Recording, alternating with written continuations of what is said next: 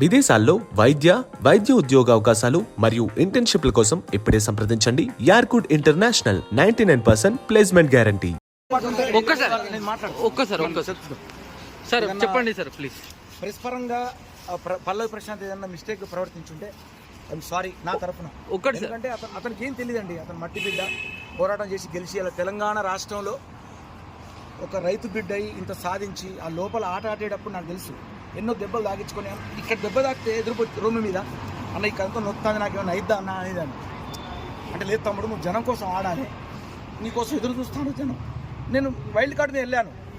తమ్ముడు నీకు మంచి పేరుంది, నువ్వు ఆడాలి, నువ్వు గెలవాలి, నేను నీకోసం పాట పాడటానికి వచ్చినా చెప్పినా. నేను లేకున్నా పర్వాలేదు తమ్ముడు, నేను పాటతో బతుకుతా బయట, కానీ నువ్వు ఆటతోనే బతకాలి బయటకు వచ్చి అని నేను అన్నా.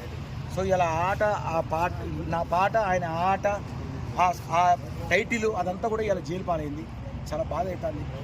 సో జనం స్పందించి ఇప్పటికైనా సీఎం గారు ఈ విషయం తెలియజేయండి. అంటే అతను ఆల్రెడీ ఈ విషయంలో లేదండి. ల్యాండ్ అండ్ ఆర్డర్ అని కూడా తెలియదు అతనికి. ల్యాండ్ అండ్ ఆర్డర్ ఇస్తే జనం కోకలుగా వచ్చి అభిమానులు వచ్చారనుకుంటాడు. ఇంతమంది ఓటేస్తే గెలిచిన అనే ఆనందంలో ఆయన ఏం చేస్తున్నాడో ఆయనకే తెలియదు తప్ప ఆయన ఏమైనా నేరం చేయలేదు, ఇది చేయలేదు. ఒకవేళ పోలీసు ఆ ల్యాండ్ అండ్ ఆర్డర్ని ఇబ్బంది పెడితే అది వాళ్ళని నేను గౌరవిస్తున్నా. వ్యవస్థను నేను చాలా గౌరవిస్తాను. ఎందుకంటే వ్యవస్థ ఉండాలి, పోలీసు వ్యవస్థ లేకపోతే ఇవాళ మనం లేము. వాళ్ళు చాలా గొప్పోళ్ళు, నేను వాళ్ళని గౌరవిస్తా. కాకపోతే మనం ఇంత మంచి టైటిల్ని తీసుకుపోయి జైల్లో పెట్టడం అనేది కొంచెం బాధాకరం. జైలు పాలవడం కొంచెం బాధపడుతున్నా. Sorry, bye.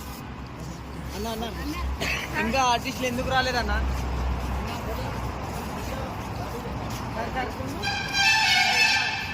ఇంకా ఆర్టిస్టులు రాలేదు సార్.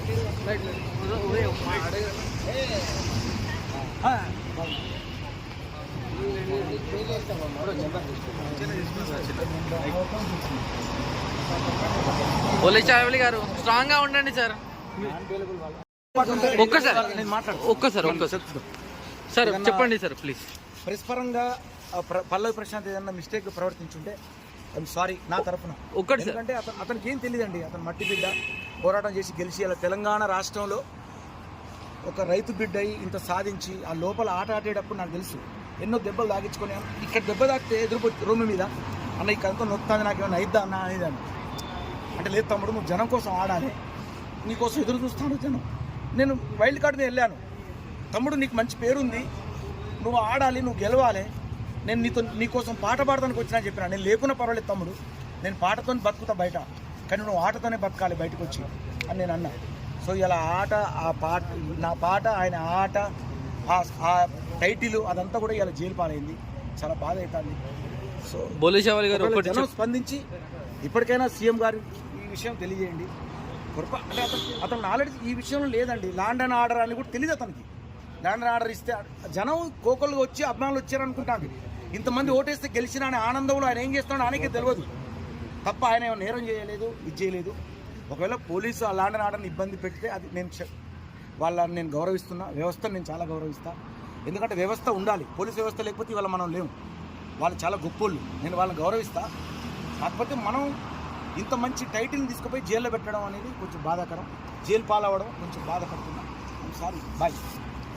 అన్న ఇంకా ఆర్టిస్టులు ఎందుకు రాలేదన్నా?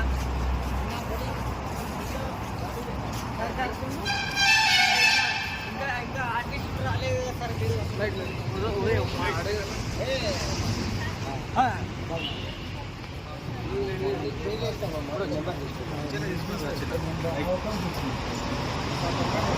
పోలీస్ చావలి గారు స్ట్రాంగ్ గా ఉండండి సార్. హే ఆల్, నేను మీ సుమంత్ని. Please subscribe to India Glitz Telugu. Hi, this is Ravinder. Please subscribe India Glitz Telugu. Hi guys, నేను మీ Varshini. Please do subscribe to India Glitz Telugu.